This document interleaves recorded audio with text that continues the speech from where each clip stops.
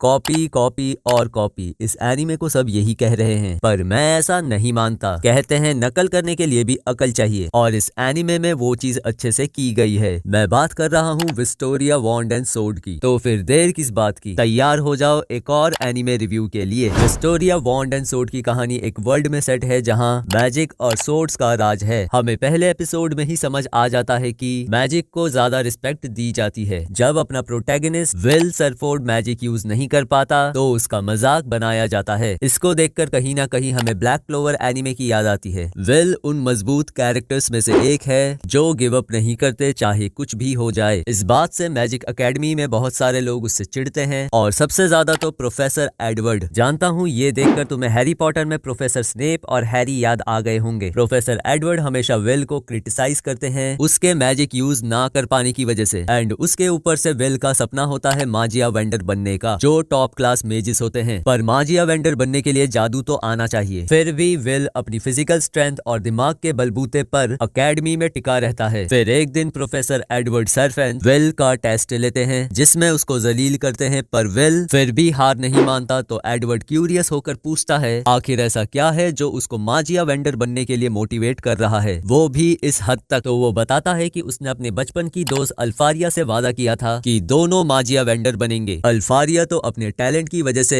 माजिया vendor बन जाती है और उस ऊंचे टावर में पहुंच जाती है, पर विल पीछे रह गया। अपने लव तक पहुंचने का यही एक तरीका है कि विल माजिया वेंडर बने। ये सुनकर प्रोफेसर एडवर्ड का दिमाग खराब हो जाता है। भाई ये लड़की का चक्कर भी ना उसकी तरह। हमें भी लगा शायद विल नारुतो की तरह कहेगा कि वो महान इसलिए बनना चाहता है सो दैट लोग उसकी इज्जत करें, पर नहीं, विल सिर्फ टावर तक इसलिए जाना चाहता है ताकि वो अल्फारिया के क्लोज रह सके। विल के कैरेक्टर को अंडर एस्टिमेट मत करना। विल की स्ट्रेंथ और इंटेलिजेंस वो चीजें कर पाती हैं जो बड़े बड़े जादूगर भी नहीं कर पाते। विल के अलावा जो बाकी के कैरेक्टर्स हैं वो बहुत ही अच्छे से वेल रिटन हैं, स्पेशली कोलैट जो विल का साथ कभी नहीं छोड़ती। अरे इसका मेन प्लॉट तो बताना ही भूल गया। कई सौ साल पहले आसमान से इन्वेडर्स आए थे जिन्होंने वर्ल्ड को डिस्ट्रॉय करके रख दिया था। तो 5 पावरफुल जादूगरों ने एक पावरफुल बैरियर कास्ट किया था ताकि इन्वेडर्स को रोका जा सके। इन 5 मेजिस को माजिया वेंडर के नाम से जाना जाने लगा। तब से रिगार्डन मैजिक एकेडमी में मजिशियंस की ट्रेनिंग कराई जाती है ताकि इन्हीं में से आगे चलकर कोई माजिया वेंडर बनकर बैरियर को मेंटेन कर सके और लेगेसी को आगे बढ़ाए। अगर मुझे ठीक से याद है तो एक किसी कैरेक्टर ने कहा था